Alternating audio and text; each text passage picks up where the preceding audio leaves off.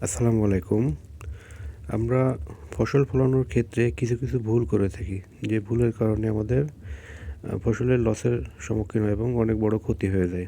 দেখেন গাছগুলোর পাতা কেমন ঝলসে গেছে। সেই ভুলটা হলো যখন সার প্রয়োগ করি, সারের সঙ্গে এমওপি ছিল। এমওপি যেটা হলো গুণাযুক্ত এমওপি। এই এমওপিটা যখন গাছের পাতায় ঠেকবে, তখন গাছের পাতাটা ঝলসে যাবে। এই সামান্য ভুলের জন্য দেখেন প্রত্যেকটা গাছের পাতা হলো সমস্যা হয়ে গেছে।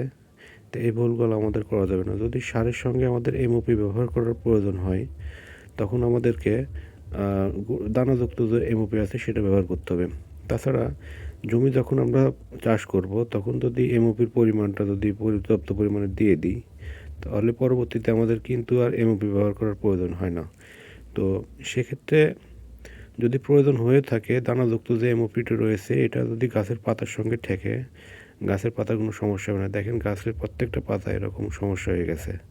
তে এই সমস্যার জন্য আমাদের প্রত্যেকের কৃষিতে কিন্তু লস হয়ে যায়। এই গাছগুলো তৈরি করতে অনেক পরিশ্রম হয়েছে। ধন্যবাদ সবাইকে।